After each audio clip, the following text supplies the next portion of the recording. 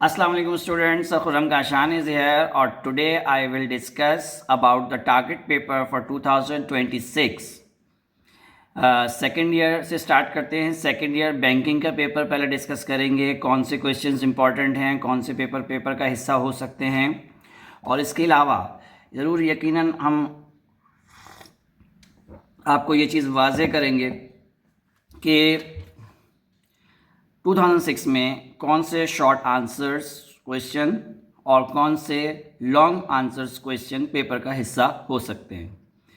तो स्टार्ट करते हैं। सबसे पहले बैंकिंग डिस्कस कर रहा हूँ, पीओसी बैंकिंग, पीओसी 2 कहलाता है ये बैंकिंग का पेपर।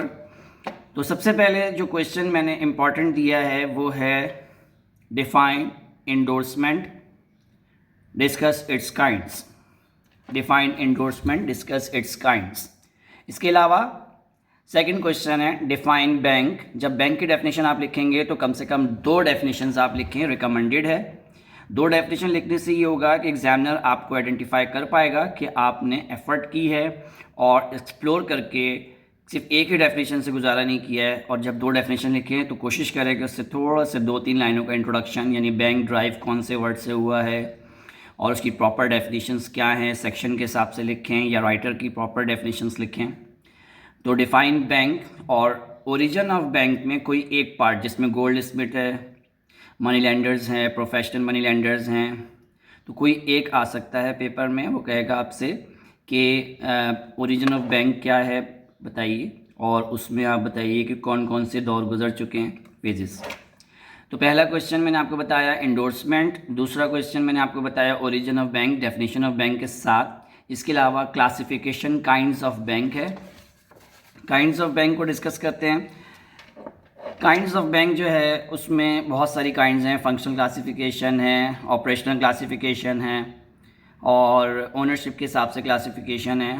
तो आप उसमें कोई सी भी फंक्शनल क्लासिफिकेशन की लिस्टिंग कर दें और ओनर शिप की लिस्टिंग कर दें जो क्लासिफिकेशन है, और उसमें से फिर अगर वो कहता है कि कोई 2 डिफ़ाइन कर दे तो एज़ यू लाइक। लेकिन मैं आपको रिकमेंड करूँगा कि सेंट्रल बैंक और कमर्शियल बैंक आप डिफ़ाइन ना करें। उसकी वजह ये है कि आगे आने वाले क्वेश्चंस जो हैं वो जो है वो कमर्शियल बैंक और सेंट्रल बैंक से रिलेटेड हैं। इस वजह से आप जब सेंट्रल बैंक उसमें भी डिफ़ाइन कर देंगे फिर इसमें भी डिफ़ाइन कर देंगे तो डबल हो जाएगा। तो बेहतर ये है कि आप या तो एक्सचेंज बैंक डिफ़ाइन कर दें, मॉर्गेज बैंक डिफ़ाइन कर दें, या फिर ओनरशिप की अगर पूछी जाती हैं तो उसमें आप स्टैचुअरी बैंकिंग का कॉन्सेप्ट है वो आप कर दें, या स्टैंडर्ड जो है वो कोई सी भी काइंड, जैसे कि एग्रीकल्चर है या फिर चार्टर्ड बैंक है, इस तरह की डेफिनेशंस आप डिफ़ाइन कर दें। लिस्टिंग करने के बाद उसको डिफ़ाइन करें। उसके अलावा explain the procedure of opening bank account. Bank account का पूरा प्रोसीजर है, उसके स्टेप्स हैं, वो स्टेप्स आपने सॉल्व करने हैं। वो यकीनन आपने जो है वो उसमें स्टेप्स डिफ़ाइन करने हैं और कोशिश ये करनी है कि आप जो है वो जब आप प्रोसीजर करें तो उसके स्टेप्स बाय स्टेप कम से कम 1 से 2 लाइनों में बताएं कि भाई इस स्टेप में क्या करना है, ठीक है। तो इंडोर्समेंट है, काइंड्स ऑफ बैंक है, ओरिजिन ऑफ बैंक है, क्लासिफिकेशन ऑफ बैंक है, इसके अलावा procedure of opening bank account है। उसके अलावा काइंड्स ऑफ बैंक अकाउंट है जिसमें fix deposit account, saving account वाले सवाल हैं वो हैं। इसमें से वो कह सकता है कि चारों के हम नाम लिख दें और 1-2 डिफ़ाइन कर दें।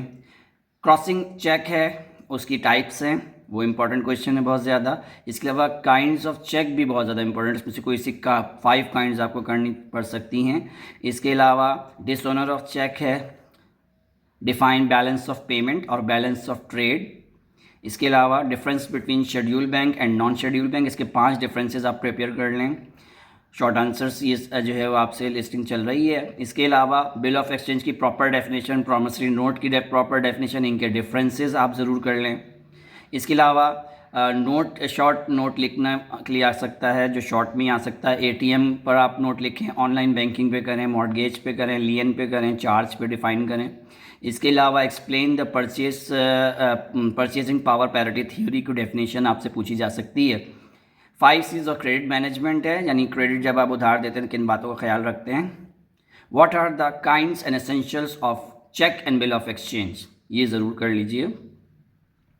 इसके अलावा जब हम लॉन्ग की तरफ जाते हैं तो लॉन्ग में जो है तकरीबन बहुत ज़्यादा सवाल मैंने नहीं दिए, सिर्फ 7-8 सवाल दिए, जिसमें आपको बता रहा हूँ कि डिफ़ाइन कमर्शियल बैंक और उसके फंक्शंस हैं, सेंट्रल बैंक उसके फंक्शंस हैं, क्रेडिट कंट्रोल और उसके मेथड्स हैं, लेटर ऑफ क्रेडिट और उसकी पार्टीज़ और उसका प्रोसीजर काइंड्स हैं। इसके अलावा foreign exchange, rate of exchange और उसके मेथड्स हैं, ऑब्जेक्टिव एंड फैक्टर्स जिसे हम कहते हैं, बैलेंस ऑफ ट्रेड और बैलेंस ऑफ पेमेंट को करेक्ट करने के तरीके, एडवर्स बैलेंस ऑफ ट्रेड और उसके सजेशंस हैं। इसके अलावा एक्सचेंज कंट्रोल और उसके मेथड बहुत ज़्यादा इंपॉर्टेंट इस बार एक्सपेक्टेड है। बैंक फंड्स और उसके प्रिंसिपल्स और उसके प्रॉफिटेबल नॉन प्रॉफिटेबल यूज़ भी पेपर का हिस्सा हो सकता है। तो बैंकिंग में आपने कोशिश करनी है कि इन चीज़ों को अगर आप फोकस कर लें तो आपके जो है वो इस साल के 2026 के पेपर जो है वो आसानी से क्लियर हो सकता है। इंशाल्लाह मैं एक्सपेक्ट करूँगा कि आप जो है वो इस क्वेश्चंस को फॉलो करें और इसकी तैयारी बहुत अच्छी तरीके से कीजिएगा, ठीक है। बस इस बात का ख्याल रखिएगा कि जब भी कोई चीज़ लिखें तो हेडिंग्स लिस्टिंग करके उसको थोड़ा थोड़ा 1 से 2 लाइनों में शॉर्ट में ज़रूर डिफ़ाइन करें, और लॉन्ग में तो प्रॉपर डिफ़ाइन करना ही है। थोड़ा सा अपना वर्किंग इनोवेटिव बनाएं, वर्किंग को थोड़ा बेहतर बनाएं, हेडिंग्स प्रॉपर डालीजिए, और उसके अलावा एक बात का ख्याल रखिएगा कि क्वेश्चन को ज़रूर क्लियर मेंशन करें। जो क्वेश्चन आप अटैम्प्ट कर रहे हैं उसको आप ज़रूर मेंशन करें, हो सके तो हर क्वेश्चन नए पेपर से कीजिए, ठीक है। और लॉन्ग जो है वो कम से कम 3 से 4 पेजेस का आप लिखें, उससे ज़्यादा भी लिख सकते हैं, डिपेंड्स ऑन यू, बस क्वालिटी का ख्याल रखिए, ठीक है। तो ये बैंकिंग का जो है वो मैंने आपको इम्पोर्टेंट बता दी हैं, और इंशाल्लाह जो ये अपलोड कर रहा हूँ मैं, और आप इससे ज़रूर फ़ायदा उठाइए। Thank you. इसके बाद कमर्शियल ज्योग्राफी को हम डिफ़ाइन करते हैं, स्टार्ट करते हैं।